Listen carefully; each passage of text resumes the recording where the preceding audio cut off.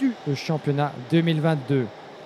Surveillez bien le jeune homme sur votre droite avec le casque blanc, celui qui s'élance en tête mais qui va devoir céder la pole position évidemment au terme de ce tour de chauffe. Il s'agit de Jordi Brockman qui porte haut les couleurs de Energy Corse et Benelux. Jordi Brockman, deuxième des manches. Il a donc pris 76 unités contre 80 pour Priam Bruno. Ces deux-là étaient séparés par à peine quelques unités avant d'arriver à Mariembourg. Et même si on prend en compte et si l'on retire leurs deux plus mauvais résultats lors des différentes manches et finales, comme le stipule le règlement, je le rappelle, les plus mauvais résultats donc, au terme des manches, les plus mauvais résultats en finale, deux doivent être pris en considération et doivent être retirés au nombre de points actuels. Ce qui fait que, une fois nos petits calculs d'apothicaire réalisés, les deux pilotes étaient sur un même plan, avec le même nombre de points avant les manches. Dorénavant, avec 4 points de plus pris par Priam Bruno, ils sont séparés donc par 4 unités, si mes calculs sont corrects, au départ de cette grande finale. 4 points, c'est ce qui les séparera aussi entre la première et la deuxième place. Donc le mot d'ordre est simple. Si Jordi Brockman veut encore espérer faire main basse sur le titre national cette saison, il doit tout simplement battre Priam Bruno. Si Priam Bruno veut conserver ses chances d'être sacré, il doit battre Jordi Brockman. On ne peut pas faire plus simple que ça. C'est la situation. Le décor est planté pour cette finale sous haute tension de la catégorie mini-rookie. Priam Bruno contre Jordi Brockman. Milan Bécu, Romain Dodebelair sur la deuxième ligne. Jamar Hoft, Louis Boats, Finn Rossen, Lucas Pellizzari, Timur Yeflar, Louis Bieland. Votre top 10 et le reste de la grille. Plus d'un protagoniste qui voudra évidemment en découdre jusqu'au terme de cette finale, qui va devoir repartir pour un tour supplémentaire de mise en grille. Et bien voilà, cette intensité donc qui bénéficie d'une petite pause. L'occasion pour vous parler du reste de la grille très rapidement. Senna Schellekens, Lorenz de Kock, Vince van der Halen et Antoine Boutz, Adriana Combo et Victor Bernard, Sacha Duquet, Antoine Nicolet, Jesse Ongenways et Félix Baker, Dex Crowell et Thijs Richard, Jules de Koen et Lévin Barbier sur la deuxième ligne, suivi de Mathis Pissens, Giorgio Lamonica, Édouard Berger, Cyril Grosjean, Georges de Smet, Léonard Herman, Noah Potkens, Aurélien Lemaire. Puis ensuite, nous avons Jan Overeit, Basil Decker et Sem Zalik. 35 pilotes en piste. Est-ce que nous avons bien tout le monde? Effectivement, une très très belle grille de départ menée par Priam Bruno et Jordi Brockman, les deux protagonistes du championnat depuis l'entame en mars dernier. 2 victoires chacun. Jordi Brockman avait ouvert le bal ici même en mars. S'était apposé aussi à Genk fin juin. Priam Bruno s'était apposé pour le retour de la compétition dans les Hauts-de-France à Austricourt en avril, avant de sceller le succès dans la Home of Champions de Genk en août dernier. 2 victoires chacun, 2 pole positions également pour nos deux protagonistes. Le même nombre de points avant ce week-end. Ils sont séparés par 4 unités au sortir des manches. Faites vos jeux, puisque c'est ici que se joue le championnat 2022 de la Yamaha Series Benelux, la deuxième saison de la Mini Rookie qui n'a, et comme lors de la première, certainement pas déçu en termes d'intensité, en termes d'adrénaline. Et nous sommes ici en direct live sur YouTube pour pouvoir en témoigner, pour pouvoir suivre de près les performances de ces jeunes champions de demain, the champions of the future of the Mini Rookie category, here live on YouTube on the karting define of Mariembourg. Priam Bruno on the left side, Jordi Brockman on the right. Once the light go off, here we go, green, green, green. On est parti à l'assaut du premier virage de la pole position. Priam Bruno ne se laisse pas compter et reste devant. Ça se passe très bien pour le reste du peloton dans l'enchaînement du premier secteur. Les premiers gros freinages, gare où vous mettez les roues. Priam Bruno qui s'envole bien avec Jordi Brockman qui reste en deuxième position. Le soleil qui se fait de plus en plus bas et sur le karting define, vous l'aurez vu.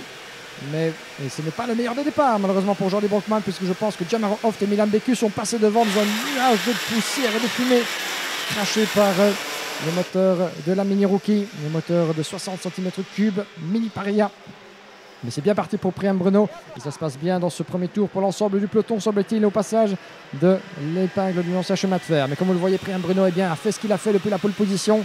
Il n'a pas tremblé dans le premier secteur, alors que Jordi Brockman avait le désavantage évidemment de partir depuis l'extérieur de la première ligne. Au point de freinage du premier virage, c'est toujours un petit peu délicat. Il va devoir se refaire une santé très très rapidement sous peine de voir son adversaire pour le titre et s'échapper irrésistiblement. On verra ce qu'il lancera. 13 tours, encore 12 à couvrir. Et déjà la bataille qui fait rage pour la deuxième place. Jamar Hoft et Milan Bécu en pleine bagarre. Ça pourrait profiter de juste derrière au numéro 975. Jordi Brockman à suivre avec le casque blanc. Facile à reconnaître dans ce peloton. Jamaro Hoft et Milan Beku qui sont les protagonistes surprises de cette finale après la manche qualificative numéro 2. Le 948 qui s'infiltre, c'est Finn Rossen sur Romain de Dobbeler. On l'avait un peu oublié, Finn Rossen, le pilote néerlandais, à suivre de très très près évidemment, puisqu'il était 3e au classement général de la Yamaha Series Benelux jusqu'ici, avec comme résultat un superbe podium à Ostricourt, la 3e place pour la deuxième manche du championnat. Il avait malheureusement connu une pénalité lors d'une de ses manches qualificatives plus tôt cet après-midi, qu'il avait repoussé dans les profondeurs du classement. Mais le voilà qui est de retour, back in business, et regardez, superbe démarche là-bas, superbe manœuvre, mais ce n'est pas passé, puisque dans l'interstice, c'est Jamaro Hoft et c'est Milan Beku là-bas qui se bat pour la deuxième position, mais Jamaro Hoft avait fermé la porte. Il avait tenté de l'enfoncer là-bas, Milan Beku, juste dans le virage numéro 9, un virage où on ne passe généralement pas ou très très difficilement. Il va s'y reprendre à nouveau. Et ça commence à se chambouler un peu à tous les étages dans cette finale mini-rookie. Toujours dominé par Priam Bruno qui a 1 seconde d'avance sur Milan Beku. Jamaro Hoft en pleine explication. Jordi Brockman 4e. On s'est identifié dans la lumière baissante notre classification.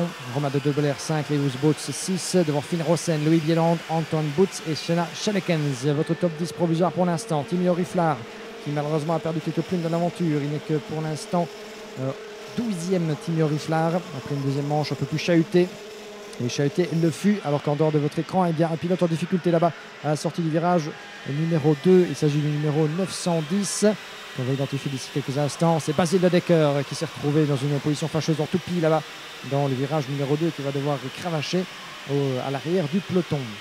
On revient au devant de ce peloton justement avec Jordi Brockman de 975 au casque blanc, qui continue sa marche en avant, qui tente de remonter, évidemment de garder le contact avec Romain de Dobbeler et Lewis Boots en pleine bagarre derrière. Top Priam Bruno. Et la bagarre là-bas, 1948 qui se fait doubler par Romain de Dobbeler. Priam Bruno, 1 seconde 3 d'avance sur Milan Beku, qui a lui-même 9 dixièmes d'avance sur Jordi Brockman. Jamaro Hoft 4, Finn Rossen 5. Donc pour l'instant, un top 2 qui tend à se figer quelque peu avec encore 10 tours jusqu'au drapeau à damier. Priam Bruno qui fait le job évidemment. C'est tout ce qu'on lui demandait. Depuis la pole, il n'a pas tremblé. Il a fermé la porte évidemment, gardé la trajectoire idéale au virage numéro 1 et depuis, eh bien, il est nowhere to be seen. Plus personne n'est plus en passe pour l'instant de garder le contact du leader. Il profite évidemment du fait que ses adversaires eh bien, se battent comme des chiffonniers juste derrière. Vous avez Jordi Brockman à l'image, poursuivi par le 948. C'est Finn Rossen qui a pris l'avantage sur Jamaro Hoft, son compatriote néerlandais.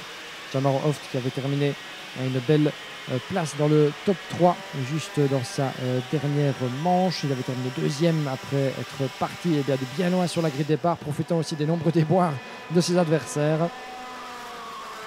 Vous voyez les écarts qui grandissent tour après tour et regardez qui revient de plus belle sur Jordi Brockman. C'est Finn Rossen.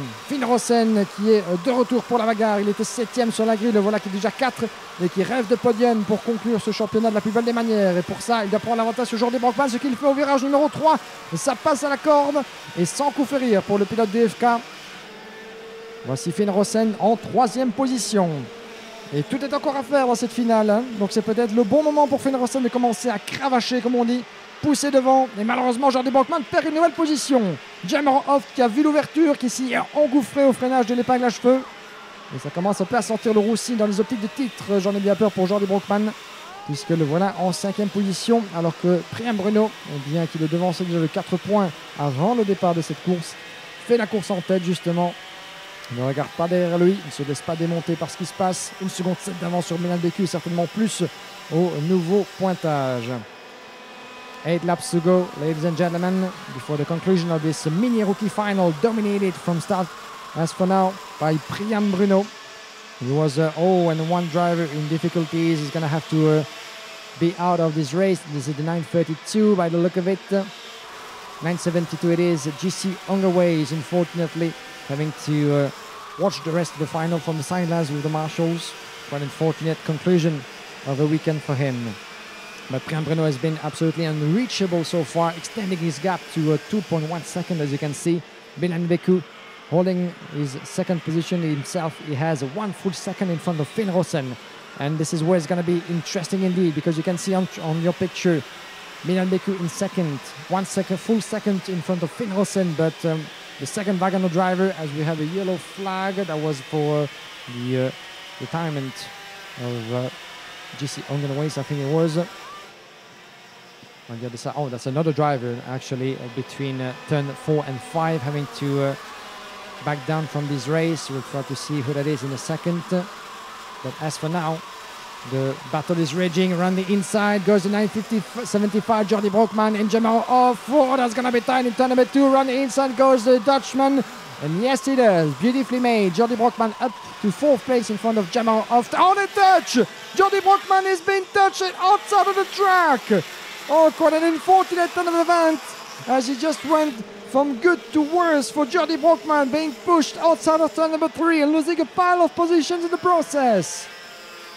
Et voilà, malheureusement, c'est ce qu'on redoutait. Jordi Brockman qui, malheureusement, eh bien, perd très très gros dans cette finale. En pleine bagarre face à Jamal Hoft. Ils ne se sont pas entendus à la sortie du virage numéro 3. Les roues se sont heurtés. Et malheureusement pour le Pilot Energy, eh bien, ça signifie la fin de ses derniers espoirs dans la lutte pour le titre et même pour le podium dans cette finale. On va voir où il a rétrogradé. Mais une chose est certaine, il a perdu plusieurs positions dans l'aventure. Priam Bruno qui domine toujours cette course de la tête et des épaules. Il passe devant nous à l'instant. Top 2 secondes 9 d'écart désormais sur Milan Beku. Finn Rossen est toujours 3. Romain de Bobelair premier à la 4e place devant Antoine Boats, Lewis Boats. Jamal Hoft qui également a perdu un peu de terrain, 7e désormais devant Adrian Akumbo. Timmy Oriflar promis dans le top 10 devant Luca Pellizzari. Et oui, Jordi Brockman 13e seulement malheureusement. Ah, déception sans doute dans les rangs de Energy Corse et Benelux après cette mésaventure avec leur pilote de pointe qui s'est lancé depuis la première ligne. La course peut être cruelle et après cette très belle saison, eh bien, il y a encore une petite touchette là-bas à la sortie de l'épingle à cheveux comme vous avez pu le voir. Ça se bat à tous les étages du peloton dans cette catégorie mini-rookie, comme toujours très très agité, à tel point que la deuxième manche qualificative avait été très très chahutée, au point que de nombreux favoris ont dégringolé de la hiérarchie. C'est la raison pour laquelle Gilbert Damon a rappelé quelques consignes de sécurité, demander aux pilotes évidemment de faire le mieux possible, de s'amuser, c'est évidemment le but principal pour cette catégorie d'âge toujours aussi jeune, et faire en sorte que tout le monde puisse aller à l'école en bonne santé demain. Un petit rappel à l'ordre évidemment qui ne fait jamais de mal pour nos jeunes pilotes. Le numéro 928 sur votre écran, c'est Timmy Oriflar qui tente de se frayer un chemin et qui le fait de bien belle manière à la corde du virage numéro 2. Guillaume Oriflar en pleine bagarre avec Senache Lekens, Vincent Van der Halen. Et Jordi Brockman qui n'est pas loin, qui tente de se refaire une santé dans cette course. Il n'est certainement pas à la hauteur de ses espérances. Le virage de raccordement, un peloton encore très très compact. Alors que devant, eh bien, Priam Bruno, absolument intouchable. Impressionnant de maîtrise depuis l'entame du week-end. Il rêve évidemment de victoire et de titre national. Priam Bruno qui en a déjà 2 à son actif. Et qui, à moins d'un incident, de quelque chose de tout à fait inattendu, eh bien, devrait en toute logique sceller la 3e victoire de sa saison, alors que nous avons une superbe bagarre. C'est Jordi Brockman qui se ferait un chemin là-bas devant une belle maclotte de pilote. Et ça passe à la sortie du dernier virage. Brockman qui va devoir toujours fermer la porte. Gare à la contre-attaque juste derrière. On refait le pointage. Avec Brockman désormais en 10e position, c'est Vincent Van der Halen qui est derrière. Lewis Boats qui tente de s'immiscer. Antoine Nicolet qui avait dû abandonner lors de la manche précédente également, qui est bien présent en 13e position. Senache Lekens, Louis Bieland qui rétrograde au 16e rang. Timmy Oriflar également dans ce même groupe. Un très bon wagon de pilote là-bas. Ça nous promet du beau monde et pas mal de spectacles jusqu'au terme de cette finale. 3 secondes 5 désormais d'avance sur Priam Bruno. Finn Rossen, le plus rapide en piste pour l'instant depuis la 3e place. Il revient sur Milan Beku. Ça va être intéressant. Il faut suivre ça, la bataille pour la 2e place. Milan Beku, Finn Rossen. Nous sommes un peu plus loin avec Romain de Dobbeler qui tente de garder Antoine Boats juste derrière. On est de retour avec les pilotes en 2e position dans le 2e secteur. Très très loin évidemment du leader. Priam Bruno qui passe. Nous avons Milan Beku. Et voilà, nous avons d'ailleurs un attardé. Et c'est à la corde. Finn Rossen qui tente de passer. Milan Beku qui ne s'en laisse pas compter, qui contre-attaque, qui reste devant. Ils sont côte à côte au freinage du virage numéro 2. Mais Milan Beku à l'avantage, Finn Rossen à l'avantage, puisqu'il était du bon côté de la piste. Il ferme la porte. Et il n'y avait nulle part au passé pour Milan Beku, j'en ai bien peur. Le numéro 999 du team GP. Qui va devoir, Milan Beku, eh bien, s'en remettre peut-être au tour suivant, ou pourquoi pas dès le virage suivant. Celui qui défend les couleurs donc de la famille Heikmans dans cette catégorie mini-rookie. Et toujours en course pour le podium. À ce stade, qu'un incident arrive entre ces deux-là. puisqu'ils ont eux-mêmes une solide avance de 4 secondes 7 sur Jamaro Hoft qui mène le 3e wagon de cette finale. Donc nous avons en résumé Priam Bruno, absolument sur une autre planète. Puis nous avons ces deux-là. Finn Rosen en 2e position, Milan Beku 3e. Et malheureusement ça va sentir l'abandon pour un des pilotes qui était là-bas dans le chemin, un des attardés qui, j'en ai bien peur, va devoir se retirer de cette épreuve. Alors que Milan Beku pendant ce temps attend de croiser sa trajectoire, peut-être de titiller son adversaire par l'extérieur du virage numéro 1. Et c'est osé, c'est couillu comme on dit, mais ça ne passe pas pour le pilote GP. Ce sera sans doute la dernière bataille. Alors que nous avons également ici le leader, Priam Bruno. Et regarde, oh, il y a des pilotes qui est poussé à l'extérieur, le numéro 913, c'est Jamaro Hoft. Oh, la frustration, évidemment, on la comprend. Que s'est-il passé là-bas? Une mésentente au freinage du virage numéro 3. Jamaro Hoft en pleine bagarre avec Adrien Akumbo et Luca Pellizzari. Et qui s'est retrouvé à l'extérieur de la trajectoire. Y aurait-il eu une petite touchette là-bas? Ça a été très très rapide, mais semble-t-il, il n'y avait pas place pour 2 cartes au passage de ce virage numéro 2. Et malheureusement, Jamaro Hoft, le pilote néerlandais, en a fait les frais. C'est bien dommage, puisqu'il était superbement remonté dans sa 2e manche. Il se battait pour les places d'honneur. Il n'en sera rien, malheureusement, à 2 tours de la fin de cette épreuve. Le final lap a commencé de très très loin pour Priam Bruno, qui n'a plus qu'à, en quelque sorte, se laisser cruiser, se laisser aller tranquillement jusqu'au drapeau à damier. Ces deux-là, par contre, sont une autre histoire. Finn Rosen, Milan Beku, toujours bien solidement attachés l'un à l'autre, en quelque sorte. Le pilote GP qui n'a pas dit son dernier mot. Puis nous avons Adrien Akumbo, Luca Pellizzari, toujours en solide explication là-bas pour la 4e place. Timo Riflar également 6e, qui pourrait peut-être créer la surprise dans les derniers instants. Il y a dans une légère touchette là-bas avec l'un des pilotes, le numéro 904 si je ne m'abuse. C'était Louis Bieland avec Thijs Richard pour le gain de la 11e position. On va revenir en tête. Voilà les 2 pilotes pour la 2e place dans le dernier secteur de l'escargot. Avantage Finn Rosen pour l'instant, juste devant Milan Beku, qui pourrait peut-être nous gratifier d'un dépassement à la Ron Ferrazzano, pourquoi pas dans le dernier virage. Il lui manque peut-être quelques mètres et l'espace nécessaire pour initier ce dépassement, alors que pendant ce temps-là, c'est la victoire et le point levé pour Priam Bruno. Félicitations Priam Bruno, victorieux ici au karting F1 de Mariembourg. La victoire et le titre dans la poche pour le pilote d'Ice Racing. 2e succès en 2 courses pour l'écurie d'House et le titre 2022 pour Priam Bruno, qui avait débarqué en leader avec 2 victoires à son actif. Voilà la 3e en 5 épreuves et c'est le sacre au point face à Jordi Brockman, qui n'aura pas été des plus heureux dans cette ultime confrontation du week-end. 7e finalement pour le pilote Energy Corset, qui doit évidemment s'en vouloir, qui doit être déçu, mais qui nous a livré malgré tout une superbe saison. Et le titre sera certainement à sa portée pour la saison prochaine, que ce soit en mini rookie ou en mini et pour les saisons à venir. Magnifique épreuve de la part de notre catégorie de pilotes entre 7 et 10 ans. Et la victoire est revenue sans coup ferré. Une belle domination de la part de Priam Bruno depuis la pole, qui a laissé, on le disait, le reste du peloton en découdre derrière lui sans plus jamais se retourner. Victory in the end for Priam Bruno, who has been on a dominant force this Sunday afternoon to seal the deal, not only for the victory, but for the championship of 2022. Jordi Brockman, his closest rival after the qualifying heats, unfortunately didn't have an as easy and an as quiet final as his closest rival, finishing all the way down to 7. Priam Bruno winner from Finn Rosen, who was able to keep Milan Beku at bay for 0.3 of a second on the line. Then we had the other wagon led by Adrien Akumbo, Luca Pellizzari in P5 from Timo Riflar, Jordi Brockman 7. And then we have Vincent van der Halen, Senna Schellekens, Lewis both running up the top 10.